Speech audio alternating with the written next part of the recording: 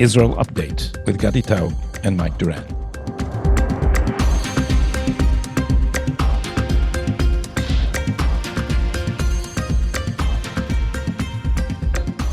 Hello and welcome to Tablet's Israel Update. It is exactly 1 year minus a day to the beginning of this war. It's the 6th of October, and we're recording on a Sunday. I'm Gadi in Tel Aviv, and Mike is yet again in a undisclosed and very secure location. Yeah, with a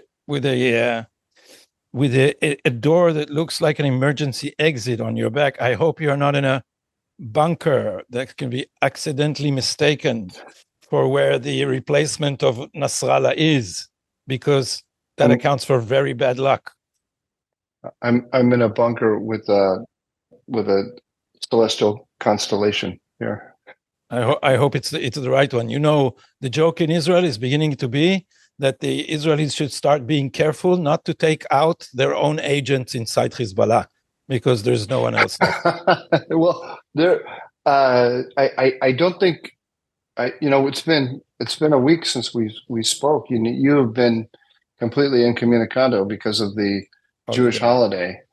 I don't think we spoke about this this interview that the former president of Iran, Ahmadinejad, gave to CNN, Turkish CNN. And did we talk about that? We didn't, did we? Didn't.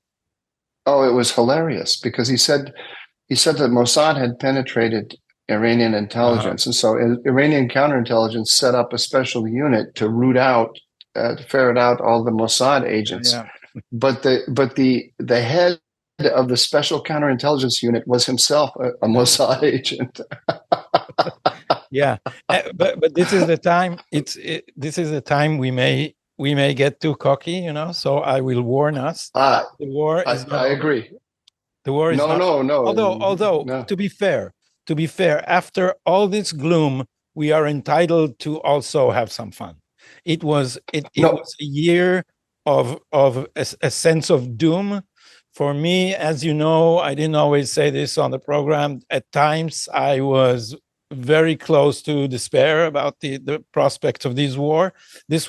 We were, if we look back a year ago, I remember you saying about the designated goals of the war as the Israeli government defined them, that we have about a 10 to 20% chance of achieving that. You remember when we talked about the destruction of Hamas's military ability? That would suggest that I made a prediction that wasn't correct. So I don't remember that. I only remember my correct predictions.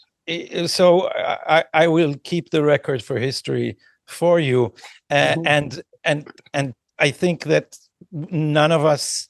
I'm going to mention another wrong prediction. So you can take that off the protocol. But none of us expected this to be leveraged into a complete change of the strategic situation in the Middle East, because both of us assumed that cannot be done with the United States standing in the way. I'll say one more thing. You mentioned rightly, you're sometimes right also, Mike. I don't know if you noticed, you mentioned that no war in Israel's history could go on after the United States had made a deadline for it. And so if we look back at our own programs, I don't know how many of them are even entitled, is the war going to end this week? And here we are a year after, with a few achievements that none of us predicted, except you predicted but didn't tell us. I'm assuming. So, you rightly predicted, didn't tell us. When I used to teach at Princeton, and there was a professor there in the engineering department who used to carry, this is before the internet, of course, and he used to carry around with him a box with note cards in it. And he would go to lectures that people would give. So say you, Gadi Taub, would come to Princeton, you'd give a lecture, and you would say, A squared plus B squared equals C squared. And then he would raise his hand and you'd say yes, and he would pull out his note card and he would say, on July 13th, 1981, I said a squared plus b squared equals c squared. And here he carried around footnotes of every important thing he had ever said, and he would hold them up and testify to the fact that he thought it before you did. It's like an absurd character from academia that should be in a movie somewhere. Absurd characters abound, not just in academia, but also in the press. I don't know if you've heard this because you read Hebrew Twitter, and it went around so much that I'm assuming you might have encountered it too. The what Twitteratis are saying in Israel is that we should thank the Israeli press that convinced our enemies that we were so weak, and therefore we were able to surprise them, because the press here has been doom and gloom all along, and I think it's still refusing to be anything more than grudgingly optimistic. However, all this and more later, right after you'll tell us what's new on the news, Mike. I'll tell you what's happened since you left us a week ago. Okay, last Tuesday, Gadi, just as you were leaving us, you may recall, Iran hit Israel with over 180 ballistic missiles. I think it fired more like 200. Israel has promised a very significant counterattack, and we are anxiously awaiting to see what that will be. Some reports suggest that it will be launched tomorrow as a fitting remembrance of October 7th. President Biden has weighed in on the matter, and he has publicly urged Israel not to strike oil infrastructure or nuclear sites. And he has also asked that the Israeli attack be proportional, whatever that means. The IDF ground invasion in southern Lebanon has begun since you left us. And according to some reports, it has taken several villages along the border. And the IDF has killed over 400 fighters and captured a significant amount of equipment and weaponry. It's increasingly believed that Hashem Safiuddin, Nasrallah's successor, was killed in an attack in the Dahiya on the night between Thursday and Friday of last week. It is also possible, and it looks increasingly likely, that Ismail Ghani and several other senior Iranian Quds Force officials were also killed in that attack. Ismail Ghani, you will remember, is the successor to Qasem Soleimani. So this is incredible. It's not just Nasrallah's successor, but also Soleimani's successor were killed, it seems. We're waiting for confirmation on that. But last Thursday and Friday night, in any previous week other than this one, that would have been the big news of the week, but it's just another item this week. The Israeli Air Force has attacked quite a few targets in the last few days in the Dahiya and Beirut, the Dahiya being the stronghold of Hezbollah in Beirut. The Israeli Air Force, an Israeli Air Force jet attacked Tulkarm while you were away, Gadi.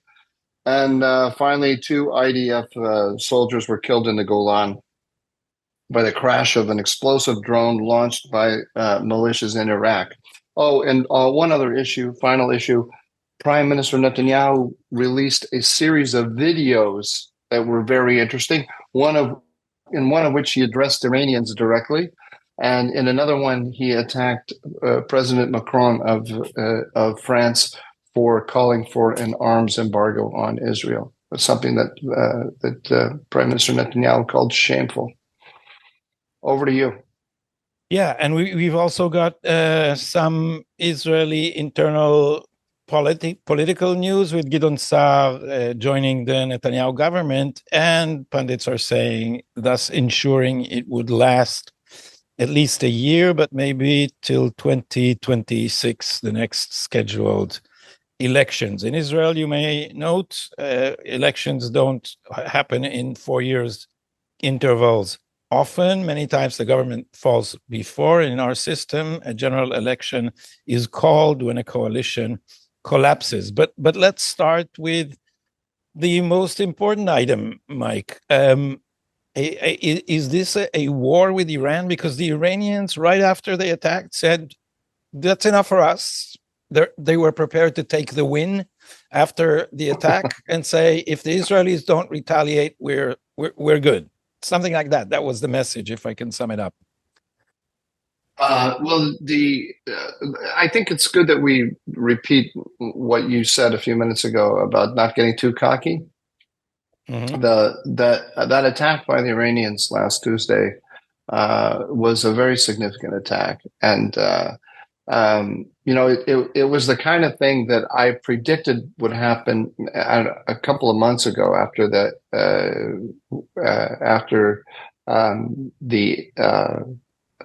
killing of Fuad Shukr in Beirut. Mm-hmm. After the Israelis did that, and after the assassination of Hania, I thought there was going to be you remember I predicted a joint Hezbollah Iranian combined attack on an Israeli base, and I said that they would coordinate, and then they didn't do that. And from there, I determined that on the basis of that, I determined that they were deterred.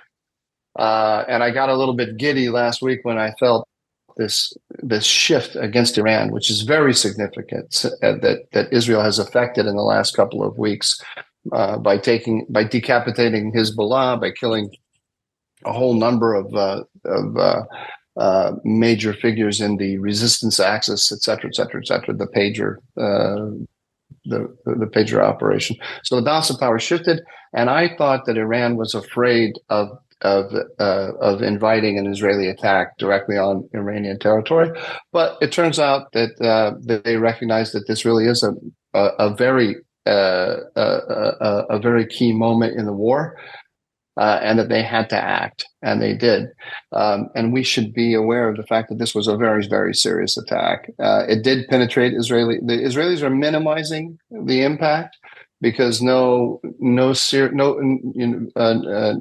Israelis were killed. One Gazan was killed in the West Bank. And there was no serious damage to any of Israel's warfighting capabilities. And so they're saying nothing happened, but a lot happened. I mean, just on the Nevatim Air Base alone, where the F-35s are, 20 or 30 ballistic missiles hit the base. That's really, really significant. These missiles, Gadi, could be nuclear tipped. And what I mean is that they are capable of carrying a nuclear warhead. If Iran were to develop one, which it could do within the next year easily, I think, or if it were to purchase one from North Korea and put it on these missiles, Israel would not be able to determine which missile is nuclear tipped and which missile is not, unless it had highly specific intelligence about that. So if Iran were to shoot 100 ballistic missiles at Israel and 2 or 3 of them had nuclear warheads on them, they could, if not destroy Israel, they could deliver a blow from which it would be very difficult for Israel to recover. So we need to realize that this is a nuclear threshold power, or nearly a nuclear threshold power, with the capability of delivering a nuclear weapon to Israel, of penetrating Israel's defenses. And believe me, everybody in while the press and the officials are minimizing the threat from Iran for a variety of reasons, everyone at the top level of the Israeli government woke up and is really fixated on that problem right now. They have to be, and that's the thing the nuclear threat from Iran hanging over Israel right now is the thing that I think all of us should keep in mind in watching everything that happens in the Middle East from now on. Yeah, well, to counter that slightly, I think that the danger of the use of nuclear weapons is not, it's not impossible that they would use it, but it's very, very improbable, since Israel, according to foreign sources, has a second strike capability, and the way that nuclear weapons play into this game is that the nuclear deterrence is going to shift the combat field back to conventional weapons. So long as Israel, again according to foreign sources, had a nuclear capability while others wouldn't, that could serve as a deterrent from annihilation by conventional forces. Now that threat can be balanced, then we meet under different conditions on the conventional plane. That said, I also want to mention that many Israelis, and I suspect that this includes Netanyahu, were actually hoping that Iran would be provoked, because the worst that can happen to Israel is that we would get stuck midway before another democratic administration, and this war would be wound down by a ceasefire agreement in Gaza, which would then spread to what they call a diplomatic solution between Israel and Hezbollah, which will leave Hezbollah half on its feet and Iran completely on its feet to re-establish its foothold in Lebanon and re-establish and resupply its ring of fire around us. And then it will be very difficult for Israel to find an excuse or a way to strike Iran without support of an American administration. While now what has happened, because Iran responded the way that it did, Israel has said clearly that it's going to attack Iran. And of course, the hope is that whatever the result of this struggle, Iran would be curtailed and its drive for hegemony in the Middle East rolled back at least a few years. So let me respond to that a little bit. You're certainly right that Israel has a second strike capability, and that is going to have something of a deterrent effect. I did not say that, Mike. I did not say that it has. I only said that foreign sources say. According to foreign press sources, yes. Yeah. Well, I'm a foreign source. Yeah, go on. According to Mike. As we say in Israel, according to Mike Duran. The issue here is it's twofold. One is the very seriousness of these capabilities, even as conventional capabilities. Iran has some 3,000 ballistic missiles, and they made it clear that what they gave you on last Tuesday was just a taste of what they could do. They seem to have targeted bases only. Maybe that might not be true. We don't know. We only know what hit. We don't know what the things that were intercepted, what they were going to hit. Were they going to hit civilian centers or what? But they claim to have targeted the military bases. They could launch a salvo like that, a barrage, a salvo like that, every night. Every night for 10 nights in a row, if they wanted, and with each one that they did, very, very expensive. Interception would be extremely expensive. But note as well that this is one of the things that's been very wrong with American policy. When President Biden said last time that Israel has to take the win. I'm talking last time, April 13, 14, take the win, as if the interception itself was some kind of victory. And you may recall at the time I said one of the things that Iran got from that so-called failure was information and about Israel's defenses, and it completely changed course this time. And last time it launched mixed strike packages of drones, ballistic missiles, and cruise missiles, which were timed to arrive at the same time so that they would discombobulate the sensors and interceptors. This time they launched only ballistic missiles, and ballistic missiles that were solid fuel ballistic missiles, so they have a much shorter launch cycle, and they get to Israel quicker. So what they did, Israel has a multi-tiered defense system. It's layered. And what they did is by launching only one kind of weapon, they severely taxed one of the tiers. So it was entirely Israel's Arrow system that was engaged. The other Iron Dome had nothing to do with this at all. Yeah. So David they Sling. saturate, or David Sling, they saturated one level of the defense system. It was very, very clever. And they learned. So they learned from the last time, and then when the next barrage comes, they're going to have learned from this time. That's why the only way to stop this is by escalating and taking from them something that they hold dear. Now, if they get a nuclear weapon, then they have right now they have an offense dominant regime, military balance.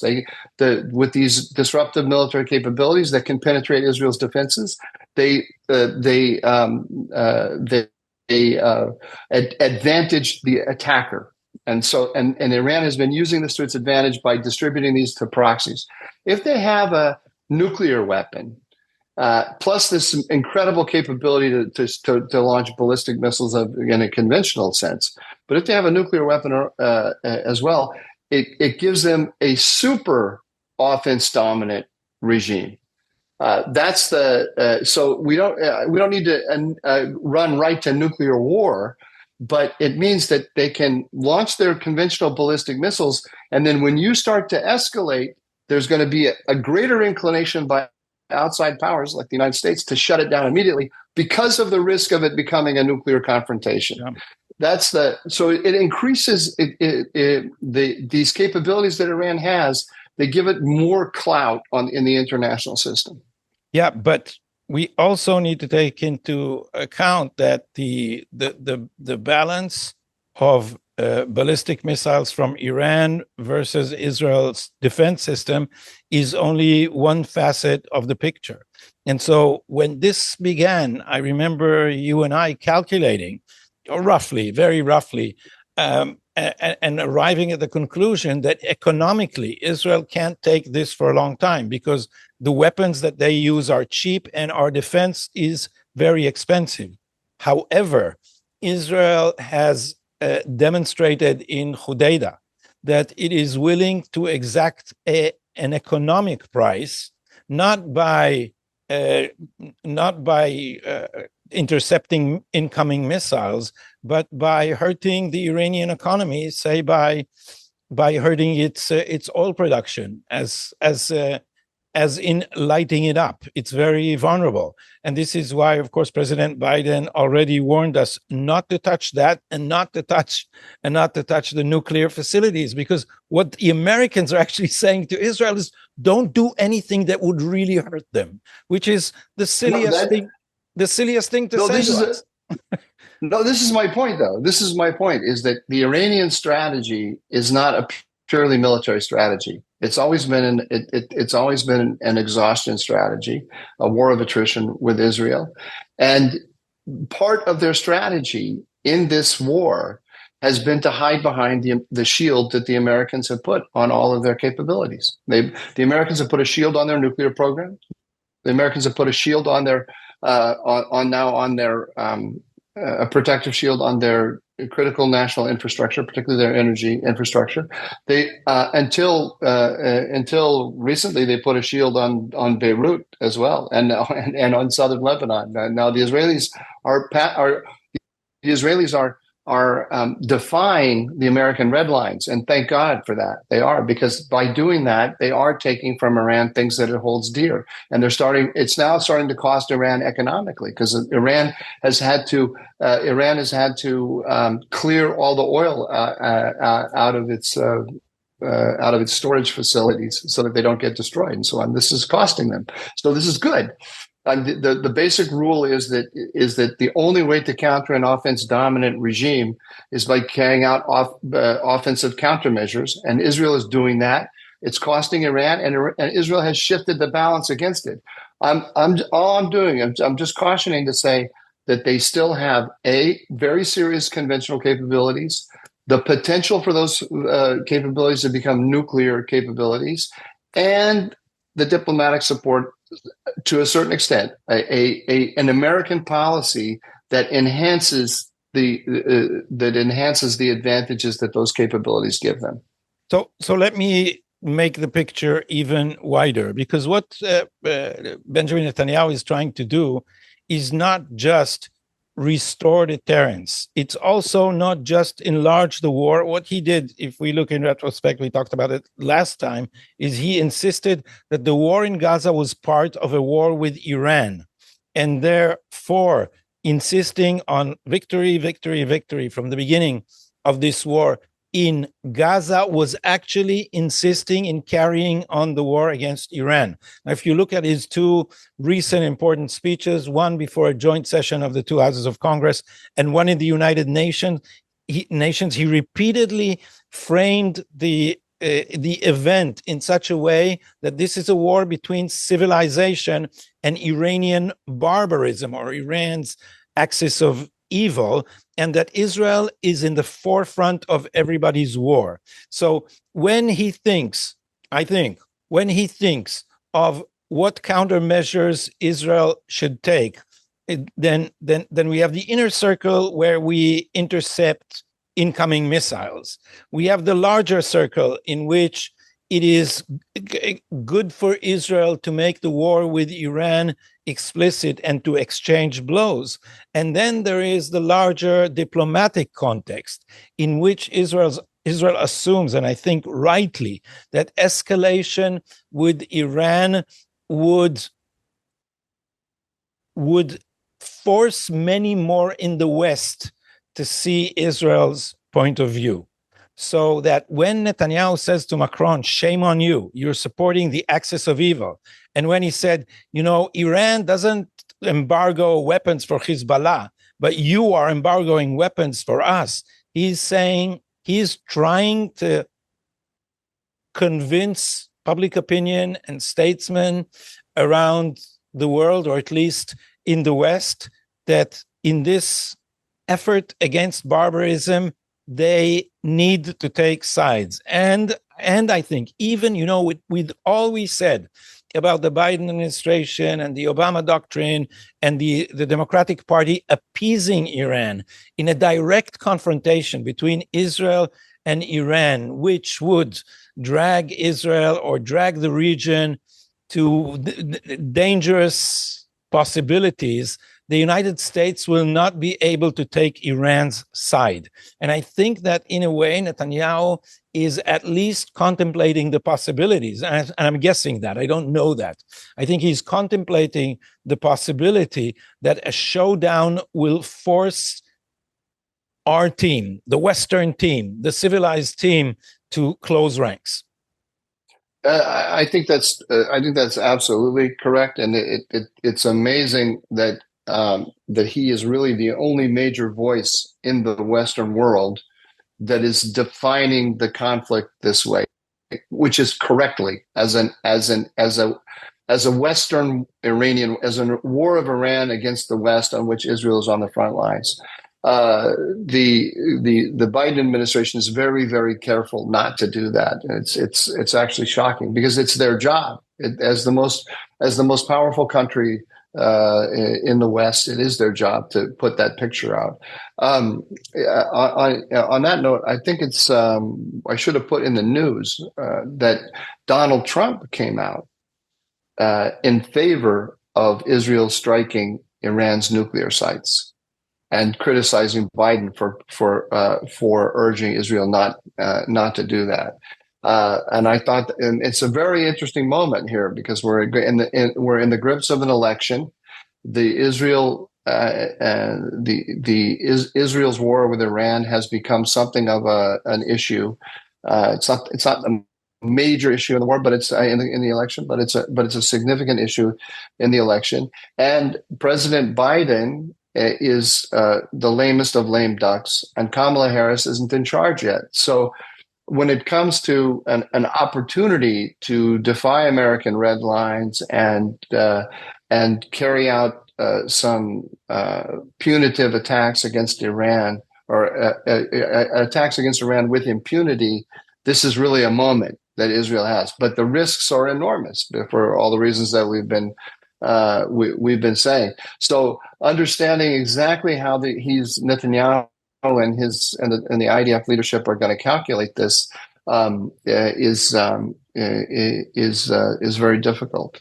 Because there is this enormous opportunity, but there's an enormous risk as well. let me inject a personal note, which may demonstrate to you how small Israel is. On the night of the attack and on many nights before, I spoke to a friend of mine who lives in a building complex called Sea and Sun at the very northern tip on Tel Aviv. And as you can guess from the name, Sea and Sun, it's right on the beach. It's also near the base of Glilot, which according to the New York Times, who somehow knew the targets, the Iranians were going to target. And I was discussing with my friend, and not for the first time, is this an advantage or not? Because this will be more heavily defended. And what I want to show you, and if you are watching us on video as opposed to just audio, you will also. So, sorry, I didn't understand. Is it an advantage to be in the building, Sea and Sun, because that's going to be under defenses because it's proximity to Glilot? Are you going to be targeted because of proximity to Glilot, or are you going to be safer? Yeah. The question is it more dangerous to be near Glilot or safer to be near Glilot? And she thought it was not safe, and she went that night to be with her mother. Now, in the Sea and Sun complex, there's a restaurant where we very often sit. There's great steaks there, and I love to eat there with her. It's called Turquoise.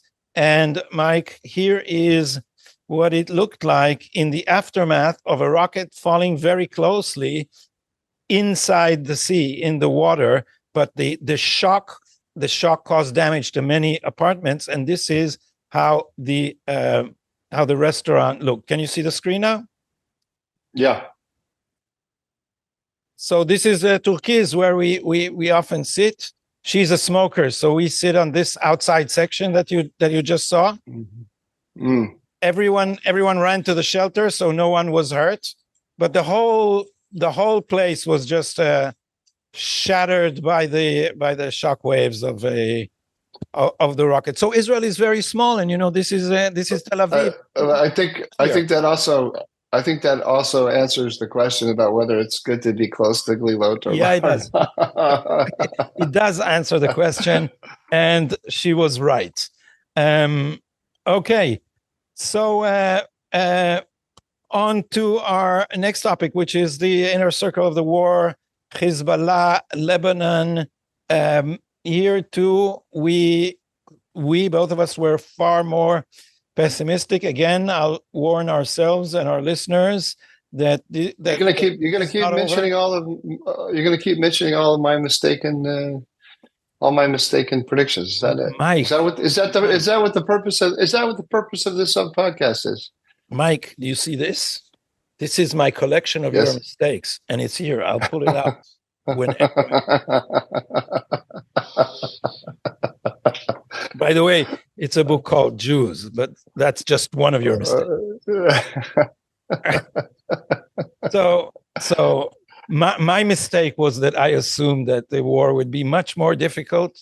You were silent about the topic, but now is your chance to reassess your silence. No. So what I'm saying is, not getting cocky, it's not over. And as every Israeli knows, we know how we are getting into Lebanon. We don't know how we get out of Lebanon. It has been Israel's Vietnam, so it's also very traumatic. I might add that the Americans completely vetoed a ground operation in Lebanon, and here we are. The IDF is going into Lebanon. What do you think the situation is right now? I think the situation is extraordinarily good, and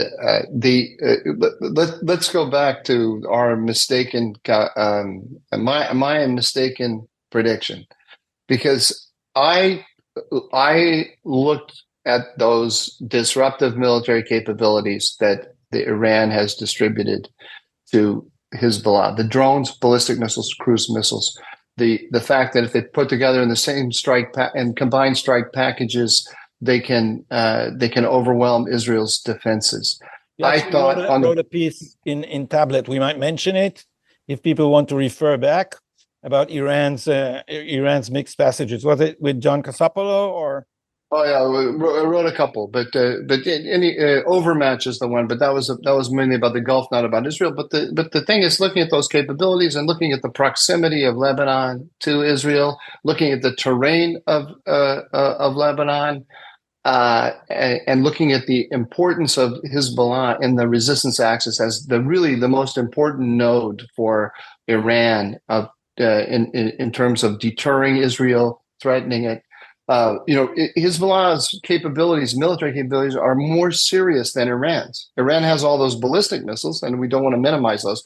But Hezbollah had all the same capabilities, and because of this proximity, I thought that Hezbollah could hit any target in Israel that it wanted, and that it was going to saturate Israel's. If it got to this, where Israel actually went in on the ground or attacked the Dakhia, all these things that we've gotten used to, that it was going to really saturate Israel's defenses with these capabilities. And then I thought if Israel went in on the ground, there was going to be this real hard slog on the ground.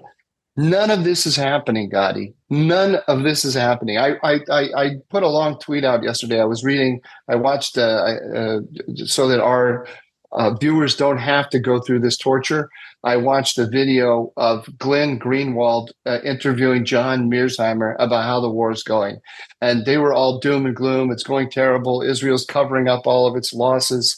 It just complete and the whole theme was Israel can't win, Israel can't win, Israel can't win. Basically, because these capabilities of these missiles are hard to suppress. Okay, but a lot of nonsense too. We didn't get there's a number of things here we have to point out. We didn't get the attacks, the massive attacks from Hezbollah because of the decapitation. Hezbollah is really like two organizations. There's Hezbollah Central out of the Dakhia, and then there's local Hezbollah. Local Hezbollah is a better fighting force than almost any other Arab military because the junior officers can take initiative and so on.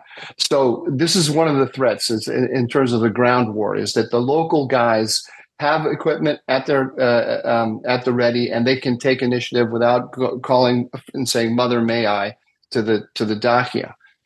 But what they cannot do is put together a large fighting force or combined strike packages. In order to do that, they need Hezbollah Central in order to put together these more strategic answers to what Israel's done. But the decapitation of Hezbollah in Beirut that they've done so effectively with the pagers and with the killing of Nasrallah and many other things, plus the degrading of capabilities on the ground, means that Hezbollah is only capable of carrying out local responses to Israel or launches of rockets that are not well coordinated one with another to saturate the defenses of Israel. And this is a huge achievement. It's a huge achievement. And so we shouldn't be blinded to that this has really shifted the balance of power between Iran and Israel enormously. That's why we were a little giddy in the last podcast, because we felt that power shift had happened. We don't want to go too far with that, but we have to recognize it. It's the reason why Iran attacked Israel, because it is naked now, because Hezbollah it's not been destroyed, but it has been degraded so significantly that it cannot play the role that Iran designated for it as its shield. And the one last thing that these Israeli successes in Lebanon have done, Gadi, is that they have basically made it impossible for Iran to coordinate with Hezbollah in any meaningful way. And we see that the fact that they took out last week. I assume that Ismail Ghani, the head of the Quds Force, is also dead, together with Hashem Safiuddin, Nasrallah's successor, and that just shows you that the coordinating mechanisms Ismail Ghani came to Beirut in order to coordinate with Hezbollah after the huge blows that it took. And now again, I'm getting ahead of myself saying that he's dead, but likely he is likely dead. We haven't heard from him in days. If he's not dead, he's wounded. If he's not wounded, he's holed up somewhere, with his knees shaking. So the ability of Iran to coordinate an attack against Israel with Hezbollah is over. That completely changes the balance of power in the whole region. Yeah, I one last note on. I'm still a little. What you said in the beginning still rankles, because I think that you warning us from being cocky may have gone too far to the gloomy side. So I'll just add one bit. It's not to challenge your analysis, which I think is true, but also to say that Iran is also a fragile state. I mentioned the joke here in the Israeli media that the media convinced others that we were, Nasrallah used to say that Israel is just a cobweb. It's an immigrant society. Nothing holds it together and it could be blown away. Israel is actually a very resilient society, but Iran is not the same. First of all, Iran is a tapestry of many nationalities. And secondly, it's a very corrupt state. It's a small economy relying very heavily on one sector, which is oil. So when you go to the most abstract level of it, the idea that Iran is close to achieving escalation dominance and strategic dominance in the region, that was a feeling that, or a premonition, or a specter we were all fearing a year ago, and now it looks like the Iran is far more vulnerable than we thought it was, and Hezbollah is a very large part of it, because Hezbollah is looked from the vantage point of Israel as a very bold, agile, professional, fanatic, well-trained army. It's not what we used to think of Arab armies as being inefficient. And the crippling of Hezbollah is also the crippling of Iran's right hand and also its stronghold in the Arab world.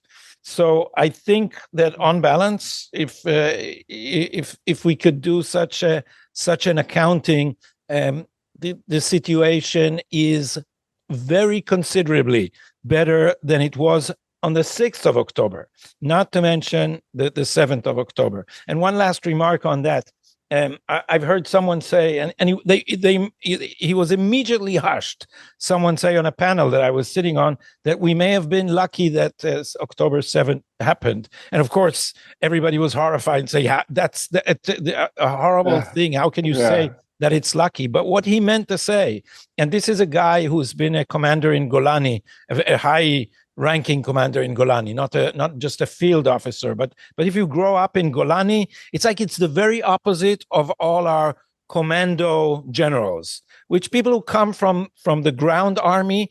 I've had one. I don't know if I can quote him, so I won't quote his name. I don't know. I don't have his permission.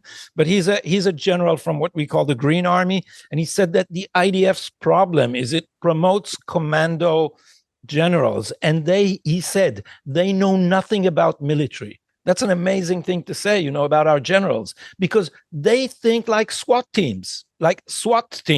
They don't they don't know, the dust and the metal that is the huge moving army and what it means. And what this guy said, as I said, he comes from Golani. Golani is like the hardcore infantry, the infantry that's not arrogant, the infantry that doesn't consider itself to be superior. So a dear friend of mine sent his son to be he's now a commander in Golani, actually a war hero by now, who commands a platoon in Golani. He sent him specifically to Golani because he said, I want to cure Israel from the class stratification. And so go there. That's where leadership should go to. So this guy who said that we were lucky on October 7th, what he meant is that Yahya Sinwar may have jumped the gun, because if this had happened on all 3/7 fronts that we had with Iran simultaneously. After Iran has a nuclear umbrella, it may have been a strong enough shock to collapse Israel. So to bring us to the brink. So in that respect, it just may well be that Yahya Sinwar led to the death of Hassan Nasrallah and the fall of Hezbollah as Iran's major proxy, in time to give us an opportunity to strike at Iran in a way that would block its road to hegemony. I would add to that. I think that's very, very interesting and actually quite plausible. And I would add to that the issue of understanding that the real fight is between Iran and Israel. That Iran is the real threat. The Israeli leadership, certainly the Israeli press, a lot of Israeli public opinion did not understand that the number one strategic threat was Iran. I taught a seminar in Israel a few years ago, just pre-COVID, and I had a bunch of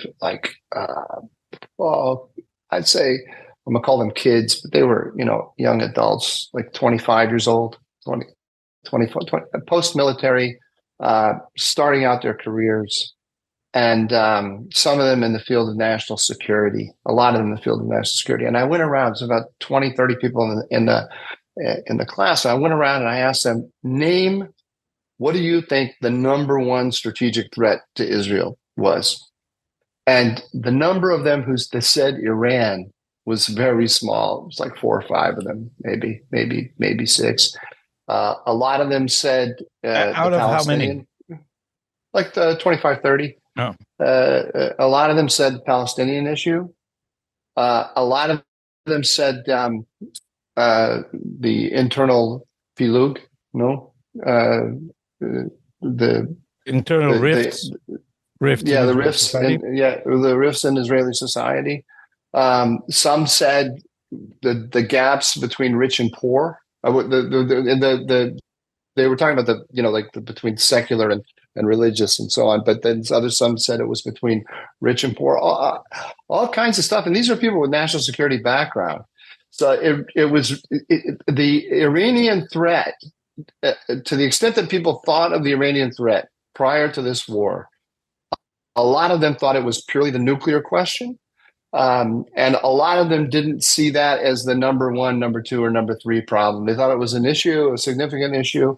And when they heard Netanyahu, a lot of them too, when they heard Netanyahu talking about the Iranian nuclear threat, they kind of dismissed it because he was the number 1 guy who was pushing it. So all of the kind of antibodies against Netanyahu had worked to sort of downgrade that. I think today, Israelis recognize that Iran is the problem, and I think a lot of the world recognizes it. I notice it when I talk to groups who are not Jewish, not particularly focused on the Middle East. They now see clearly that there's this strategic threat.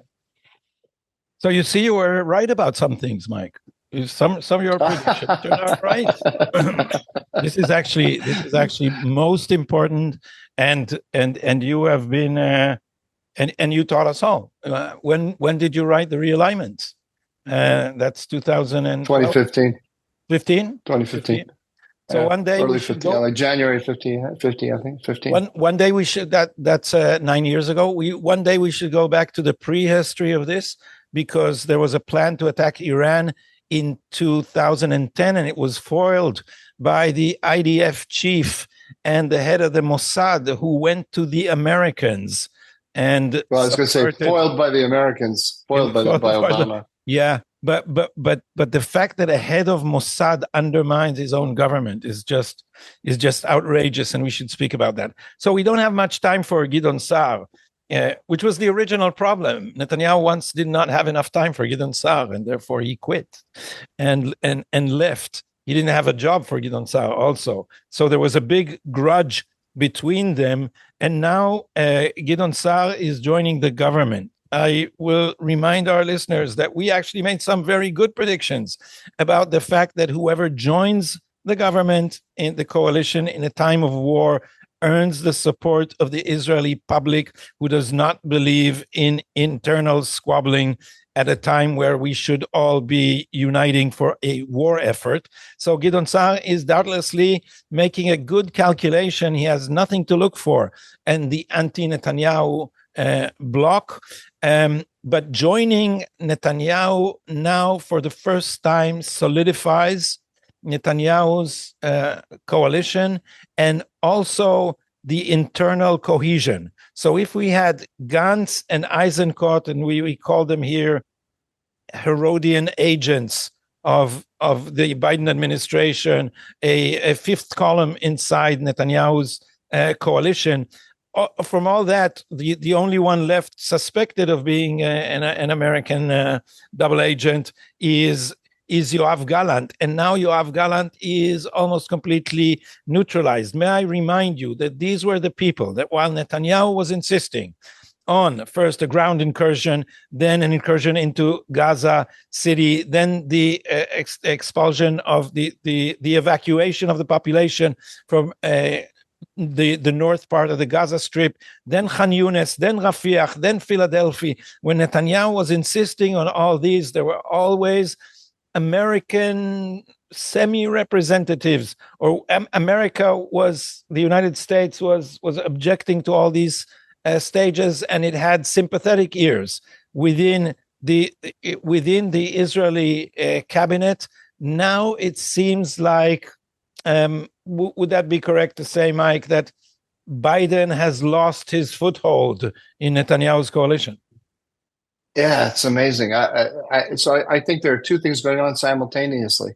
One is that because of Sa'ar joining the government, politically, Netanyahu is more secure than he's been at any time since October 7th. Plus, he's going up in the polls, so his popularity is rising because of the operations in Lebanon, and then in terms of internal coalition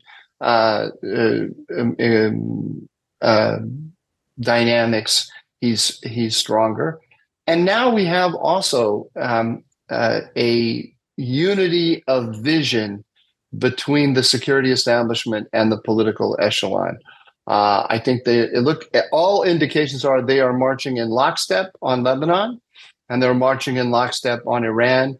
And they understand together the larger strategic picture, and this whole issue of a ceasefire in Gaza being able to stabilize the whole region. There's nobody in the upper echelons of the Israeli system that is suggesting that that's the case. So I think this really is a key moment between now and the election.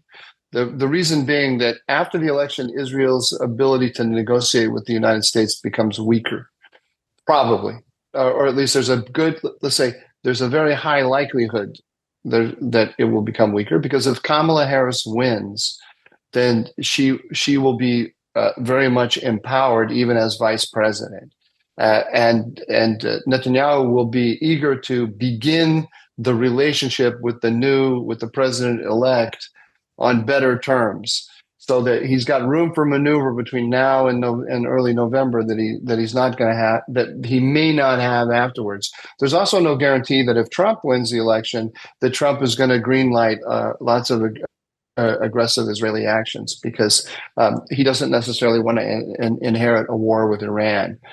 So we have to. I think that the Israeli government is going to see the next few weeks as a key opportunity to make some strategic gains. Exactly how they're going to go about that is not entirely clear to me. If you have a response to that, go ahead. But I want to say one more thing about what you said before about the Iran thing. I'm trying to get the balance right here, because I am very optimistic. I do think that the balance of power shifted in Israel's favor considerably, and I think Israel's in a better position now than it has been since October 7th. But I don't want us to lose sight of the fact that those Iranian capabilities are very serious, that the American restrictions on Israel are very serious. America is still withholding weaponry from Israel. America is pushing Israel very hard not to go beyond the immediate border villages in Lebanon, and America is pushing Israel not to carry out a significant strike against Iran. These are things that Iran is well aware of and is mobilizing. And one more thing, Gadi, Israel is a small country. We know that. It's a very small country. I'm watching Turkey, and the Turkish response to everything that's going on is very, very interesting, because the Turks are noticing that the destruction or near destruction, diminishment of Hezbollah has weakened the Assad regime. And it's weakened Russia and Iran, the Russian-Iranian complex in Syria, and this opens up opportunities for Turkey. The Turks in their DNA are, their history has taught them that when Iran and Russia are weak, it's an opportunity for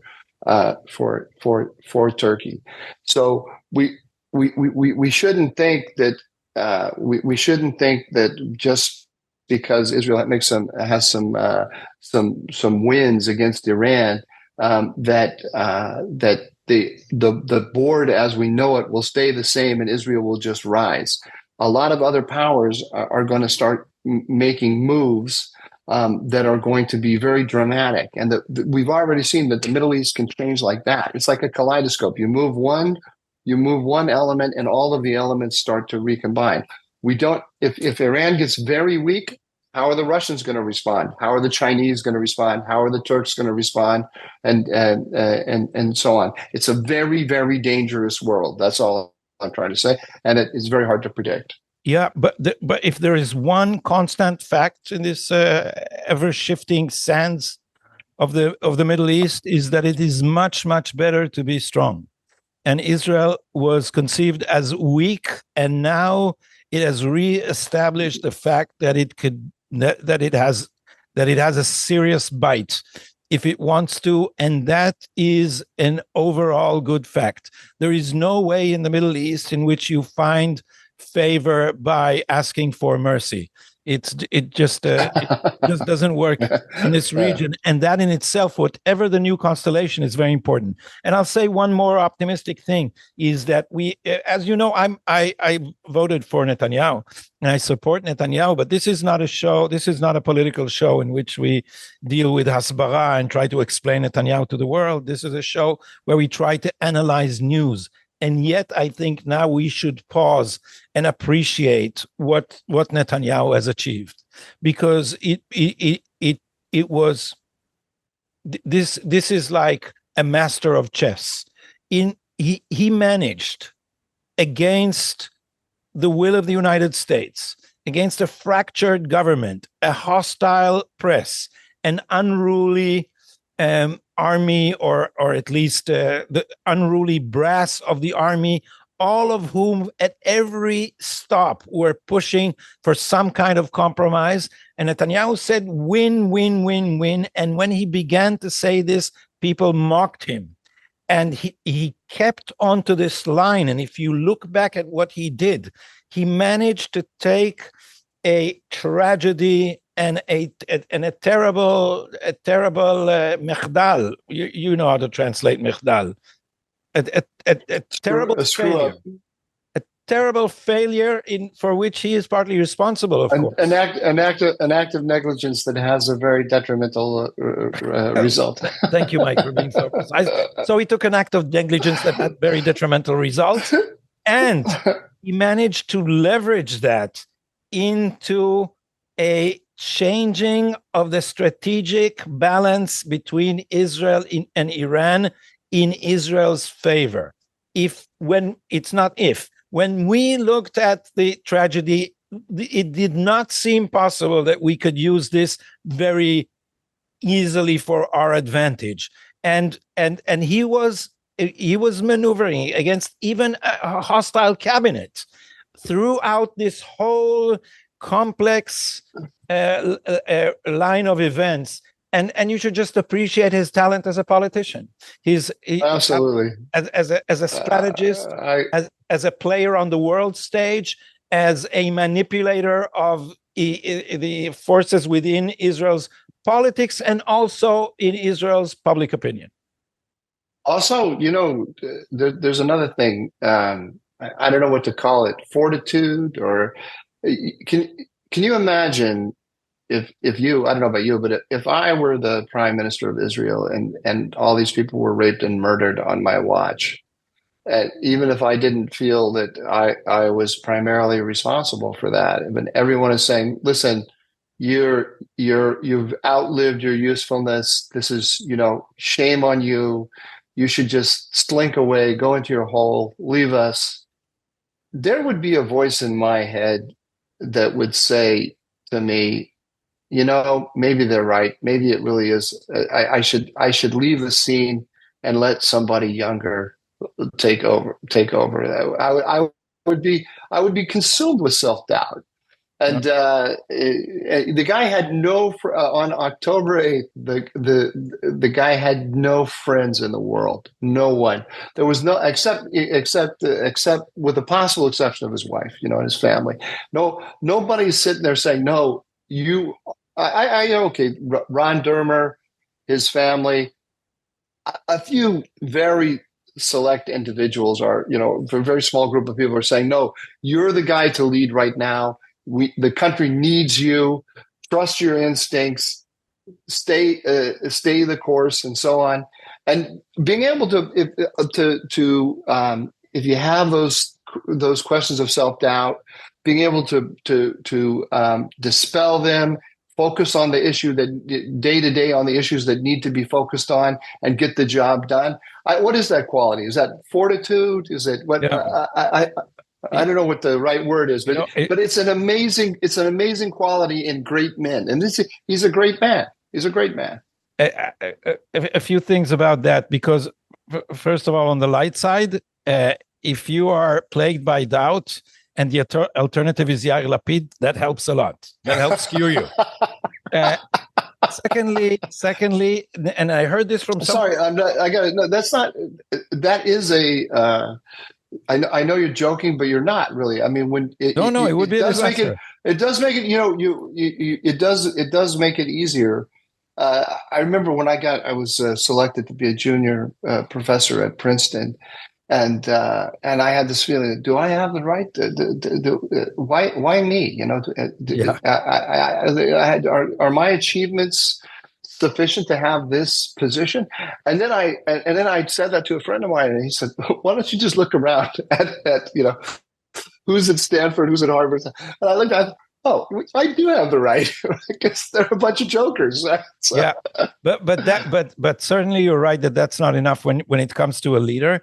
And I heard this from someone who actually hates Netanyahu, who said it derisively. Am I pronouncing that right? Derisively? Yeah, perfect. Yeah, perfect. And he said, when Netanyahu shaves in the morning, he sees Moses in the mirror. And he said that, so look at this arrogant son of a bitch.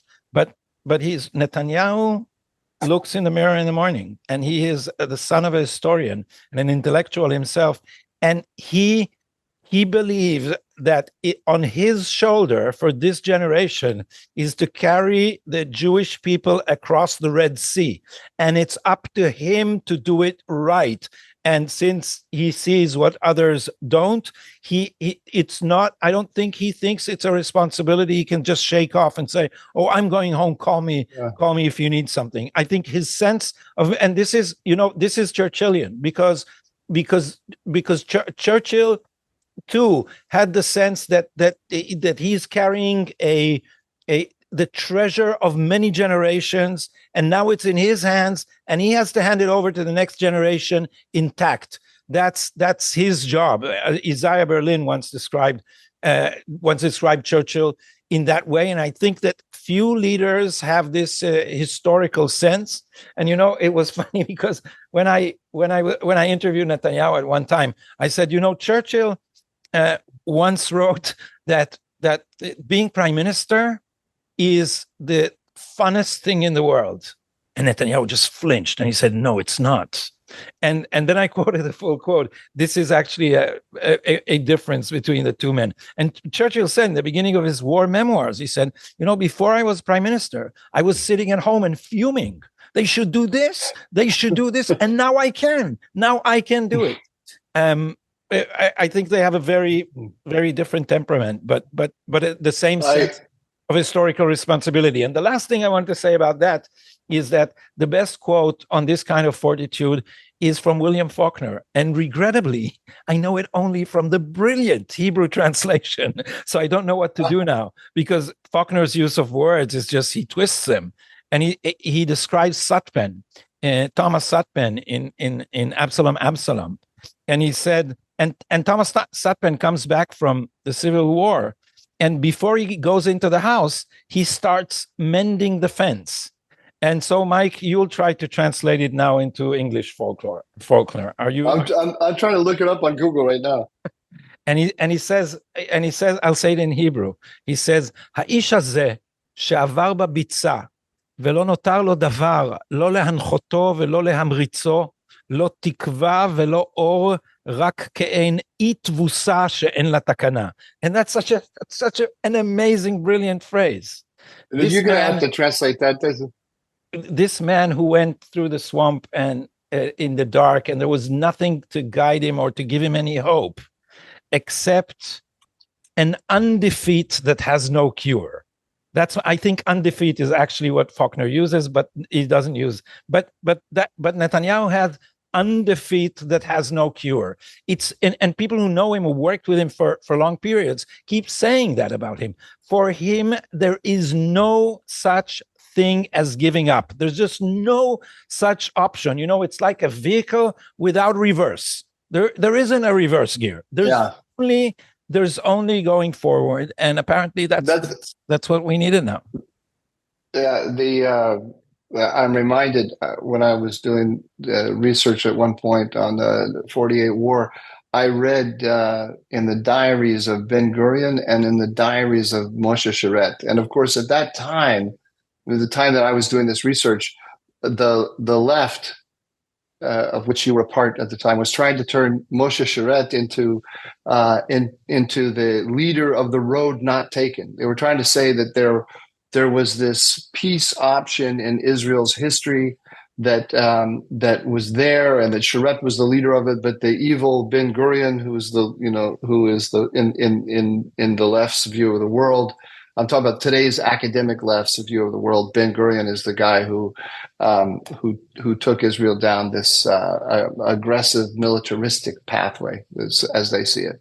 And I was inclined at that time to sort of see the world in that way, or at least to be amenable to those ideas to some extent. And then I looked at the diaries of the two, and it really struck me, because Sheret uses his diaries to deal with all of his frustrations and feelings of self-doubt, and Ben Gurion is there, like what you say, with this undefeat. He uses his diaries to think through where he wants to go, what he wants to do, and to chronicle the doings of the great man. He knows he's a great man in history. He knows he's carrying out a very important mission, and he wants to document it and think about it. And there's never any self-doubter at all. But Sheret is always, today Ben Gurion said mean things to me. What am I going to do? You see that the two are not on the same level at all. Never, not even close. But Sheret is a normal person. These are not normal people. These are not normal people. Right? I should have said this. Did he understand me? Did I offend him? And Ben Gurion is just, he completely identifies himself with the goals, and what he feels about them is just irrelevant. So, Mike, this was a very interesting discussion of character, which I think we should pursue, and especially I should try and look up I have Faulkner in the original too, and I'll look it up for next time, because it's such a beautiful characterization of a person who has the capacity for leadership. the character in the book is actually not a leader. It also shows that it also shows how you have this capacity to remember lines. That's commit them to memory. It's impressive. When I love something, but apparently I read it in English and didn't commit it to memory because the Hebrew seemed to me to be enough for my purposes. Usually, I didn't think of this one.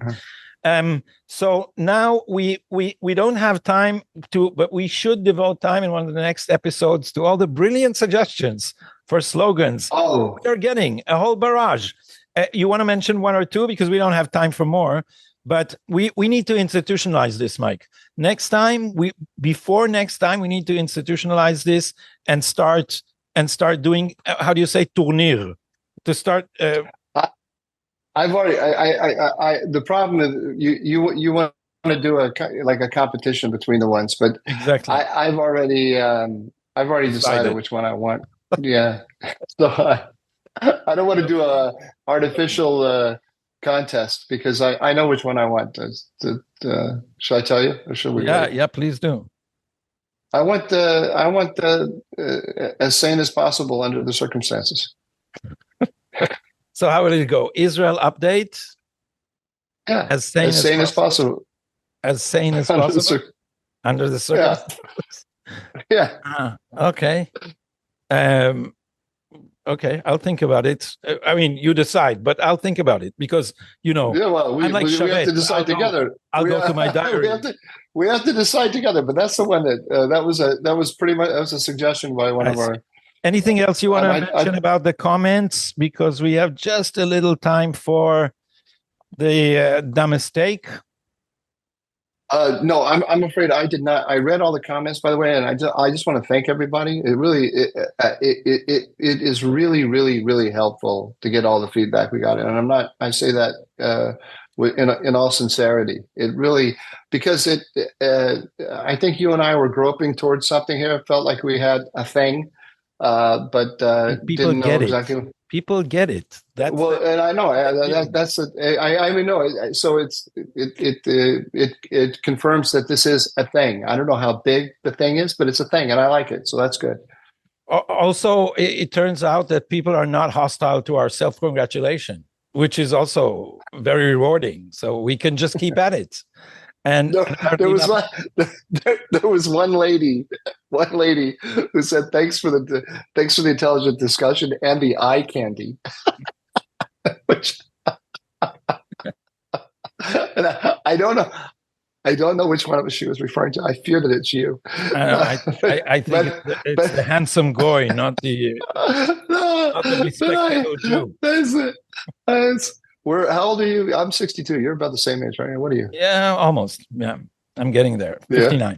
Are you in the 60s? 59? No, 59. No. Are you kidding me? Are you going to be perpetually 59, or are you someday going to hit 60? It has been so for quite a few months now, so I'm hoping. All right. So the dumbest take on the news. Do you have one? I do. I highly recommend this article from. Oh, you can't see it, can you? No. This article from the Washington Post. Maybe I will tweet out some choice. I tweeted about it. I'll tweet out some because it's behind a paywall. Later on today, I will tweet out some choice quotes from it. I'll just give you a little taste right now. Uh-huh. I recommend it not because I think that the Washington Post is as sane as possible under the circumstances. No, this one is special. This one is special because they're not good journalists, but they can take good dictation. Like they are stenographers, and the administration felt that it needed to explain to the world why this war, they've lost control of this war. And believe me when I tell you that it's not just that they went and they told the Washington, presented a line to the Washington Post. Trust me when I tell you, this is what they truly believe. This is their worldview. And so I want to hold it up. I want to direct everyone to go look at this article in order to understand the worldview of the administration, because the administration believes things that a lot of centrist Democrats don't believe and cannot, and when they're confronted with the beliefs of the administration, they refuse to admit to themselves. I'm talking particularly in the pro-Israel community. A lot of Jewish Americans who support Israel cannot allow themselves to believe that the administration really thinks the way it does. So the title of the article is How Joe Biden Lost His Grip on Israel's War for Total Victory in Gaza. So number one, it's Israel's war, right? And it's a war in Gaza. What about Lebanon? What about Iran? And I'll just read you the first paragraph. No, I won't do that. I'll just tell you that the article laments the fact that the administration has not been able to bring the war to a close. And what do you think the problem was, Gadi? Why hasn't the administration been able to get its hands around this war? Because there is a crazy right-wing populist at the head of the Israeli government? Yeah. Bibi Netanyahu won't let them. Bad man Bibi has defied. The Americans had the formula. The administration had the formula for stabilizing the region, but bad man Bibi wouldn't comply with their wishes, and that's why it's insane. It's insane, and it shows the obsession with Netanyahu. It shows you the obsession with the Israeli-Palestinian question, the complete blindness with respect to Iran. They do not recognize. They simply do not recognize that this is a war started by and fueled by and escalated by Iran. All right. So put a link to that. Send me the link, so I'll put it under the video. My mistake is Ilana Dayan speaking on CNN to Christian Amanpour, who asked her about the horrible death toll in Gaza, including, she said, 16,000 innocent children. And Ilana Dayan, and the thing about it, why I think the reason I chose it for the mistake is that Ilana Dayan is trying to explain why she is so under such a strong impression of October 7 that she primarily sees that. But she confesses Israel does not cover Gaza's suffering enough. And this is how our elites are the supplicants of progressive elites elsewhere. Because what any sane Israeli journalist, and there are very few of these, should have said is that, why are you asking me when these people are deliberately using their children as human shields, and then you want me to take responsibility for that? But no, Ilana Dayan, and this is, I wrote a whole book about that. These elites are looking up to elites. Their sense of solidarity and belonging is closer to elites in other countries than they are to their own people. And this becomes especially poignant since they think of themselves as provincials and they want to rise up to the tier of the metropolitan elites, where the real elites are, the real cultured people are, Christian Amanpour, the real people with a moral compass. So they end up kissing, groveling at the feet of anti-Semites and playing to CNN biases which are tinged with anti-Semitism. And this is a not just a dumb take on the news. This is infuriating that our journalists, and this Ilana Dayan is, I think you called her the Barbara Walters of Israeli TV. So she's like the dean of highbrow journalism, and she has all this. She has the fanciest Israeli accent with the knitted brows and the thoughtful look in her eyes and the rimless glasses. She's like the epitome of intelligence and conscience. And yet what she does in the end when faced with something like that is she grovels at the feet of a nasty CNN anchor. I rest my I've case. never been able to. I need to get a knitted brow and some rimless glasses. I never mastered that look. The thoughtful, pensive. First of all, your rimless glasses are CVS, and that does not. Oh, don't talk. That does not. I got to change that. That's not hospitable to knitted brows, Mike. You need more expensive glasses. Let's start there. My wife keeps telling me that.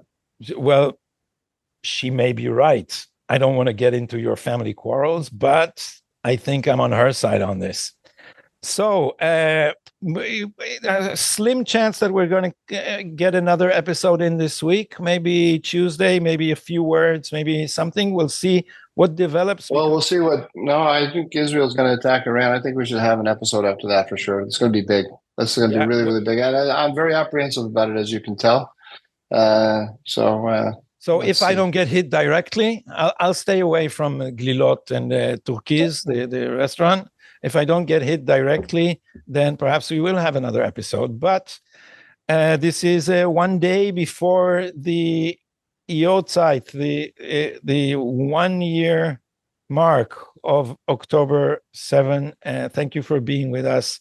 And since it's also the new Jewish year, may we wish you a happy, warm, loving year of many victories.